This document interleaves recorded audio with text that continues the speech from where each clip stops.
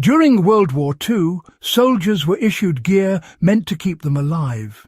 But what many don't realize is that some of those items turned out to be too dangerous, too effective, or too controversial to remain in use.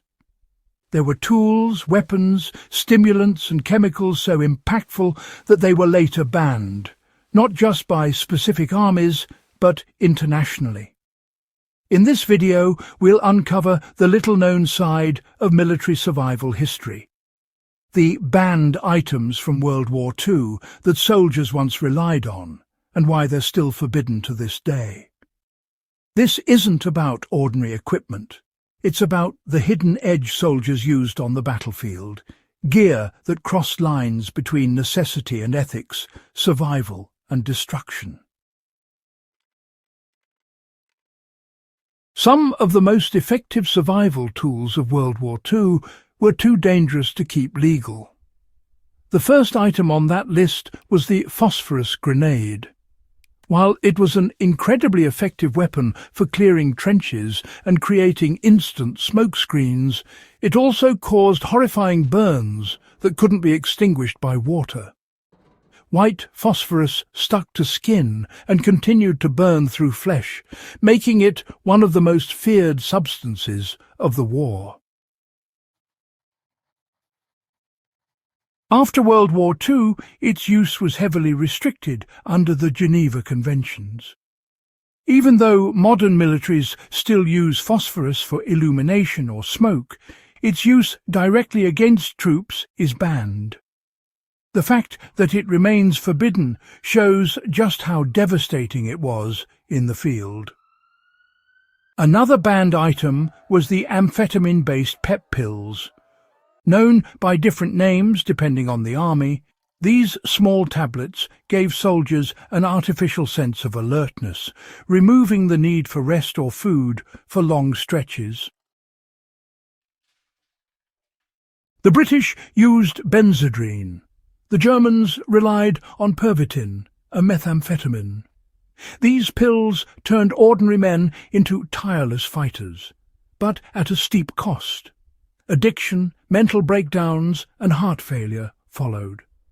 Today, every major military has banned the use of amphetamines in general issue, though they occasionally reappear in controlled experimental programs. What began as a soldier's secret advantage ended as one of the first mass stimulant addictions in military history. The fight for warmth led to banned materials and chemical risks that, well, lasted for decades. In freezing front lines like Finland, Norway and the Eastern Front, soldiers used these field-made warming packs and improvised stoves. Some of them contained quicklime or other reactive chemicals that could, generate heat instantly when mixed with water. The problem was the same reaction that produced heat could also produce toxic fumes or explode if handled improperly. After countless accidents, the use of quicklime-based heat packs was banned in favor of safer metal fuel systems. The same goes for antifreeze. Many soldiers actually consumed it to survive the cold, unaware it contained ethylene glycol, a deadly poison. Today, antifreeze formulas are required to include bittering agents to prevent ingestion, a legacy of those wartime mistakes. Even something as simple as insulation was restricted. Soldiers once used asbestos pads and cloths to protect equipment and clothing from heat and cold. Asbestos was lightweight, cheap and fireproof, but lethal over time.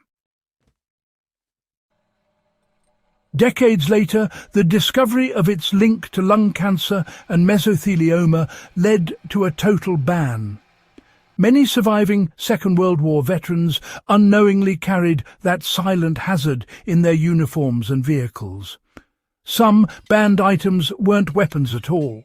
They were survival hacks gone too far.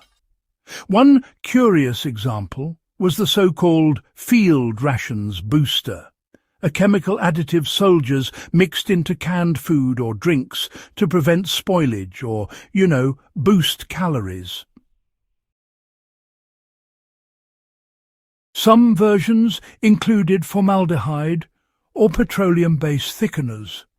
They worked in the short term but caused stomach ulcers and organ damage later. After the war, these additives were banned from rations, replaced by safe preservatives. The lesson was clear. Wartime innovation sometimes sacrificed safety for endurance.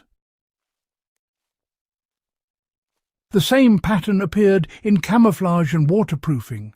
German and Soviet troops experimented with chemical coatings on fabric to repel snow and moisture. Some early versions used lead and arsenic compounds that soaked through clothing and poisoned the skin. Those formulas were later outlawed, replaced by safe wax and oil-based coatings. In survival terms, these mistakes highlight the fine line between ingenuity and self-destruction. Soldiers on both sides were caught carrying hollow-point and dum-dum bullets, expanding ammunition designed to cause maximum internal damage. They were banned by international convention long before the war, but some troops still carried them in secret. When caught, the punishment could be immediate execution under the rules of the time. These rounds were later classified as inhumane because of the catastrophic wounds they caused. Today they remain banned in warfare, but are still legal for civilian defense and hunting in some countries. Another infamous banned item was the so-called booby-trap lighter, or disguised explosive devices hidden inside personal gear. Special forces and saboteurs used them to eliminate enemy officers or destroy supplies undetected. After the war, all disguised explosives were outlawed under multiple treaties for being indiscriminate and easily abused. Modern armies classify such devices as war crimes if deployed. Even some types of knives were restricted. Soldiers were issued trench knives with brass knuckles or blades designed to tear rather than cut. These were deemed excessively brutal and removed from later equipment lines. Instead, multi-purpose blades replaced them, tools that could dig, cut and survive extreme use without violating the laws of war. Each of these forbidden items tells a deeper story about the evolution of warfare.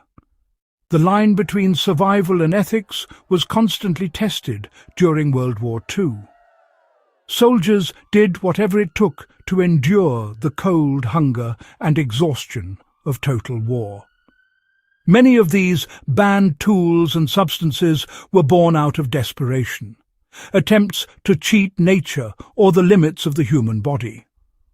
While they offered short-term survival, they left lasting damage physically, environmentally and morally. For today's survivalists, the lesson is this: not every effective tool is a wise one. Many of these banned methods inspire modern survival gear, but the materials and ethics have evolved. From safe chemical warmers to sustainable waterproofing and balanced nutrition supplements, modern technology refines what World War II taught the hard way. When studying history, it's not just about what soldiers carried, but what they had to stop carrying, and why. World War II was more than a clash of nations. It was a massive experiment in human endurance. The tools soldiers carried shaped their survival, and the items they lost to bans shaped modern warfare ethics. If you found this breakdown of banned World War II items insightful and want more deep dives into forgotten field gear and survival methods of the past, don't forget to subscribe to In the Beginning and share this video with fellow history buffs. There are countless wartime secrets still buried in manuals and field reports, and we'll keep uncovering them one by one.